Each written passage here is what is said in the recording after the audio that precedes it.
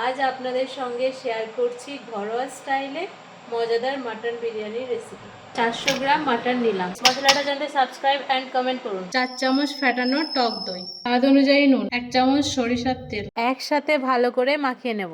মাটনটা 5 থেকে 10 minute marinate হতে থাকুক।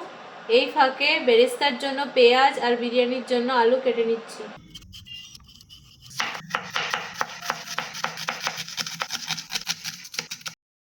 ম্যারিনেট করা মাটনটা কুকারে দিয়ে একটি তেজপাতা যোগ করলাম। এবার ভালো করে নেড়ে ঢাকনা বন্ধ করে 2 থেকে 3টি সিটি দিয়ে সেদ্ধ করে নিলাম। একটা পাত্রে আলু নিলাম, ফুড কালার এবং নুন দিয়ে 50% সেদ্ধ করে নেব। আলু সেদ্ধ হওয়ার মধ্যে পেঁয়াজগুলো বেরেস্তা করে নিচ্ছি।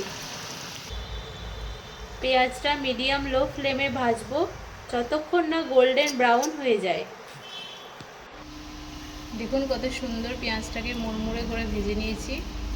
বেরেস্তা করার পর একই তেলে আলুগুলো প্রায় 20% ভেজে নেব।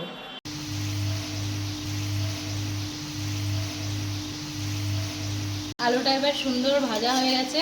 এই পর্যায়ে আলুটা আমরা তুলে নেব। রোগান তৈরির জন্য দুধটা ফুটিয়ে ঠান্ডা করে নেব। বিরিয়ানির চালটা ভালো করে ধুয়ে 10 থেকে 15 মিনিট ভিজিয়ে রেখে দেব। দেখুন গাইস, মাটনটা কত সুন্দর সেদ্ধ হয়ে গেছে।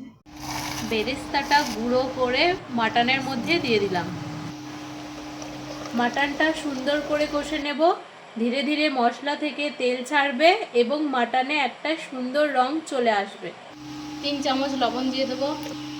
তেলটা দেওয়া হচ্ছে কারণ ভাতগুলো যাতে একে অপরের সাথে লেগে না যায়। 2 পিস তেজপাতা দিয়ে দেবো। ফুটন্ত জলে জল ঝরিয়ে রাখা চালটা দিয়ে দিলাম। চালটা একবার নেড়ে দেবো ভালো করে। এরপর ঢাকা দিয়ে দেবো। 70% ভাত সেদ্ধ হয়ে গেছে। এবার আমি ভাতটা নামিয়ে নেব। 1 চামচ তেল দিয়ে হাঁড়ির তলা কোট করে নিলাম। এখন বিরিয়ানির লেয়ারটা পরপর সাজিয়ে নেব।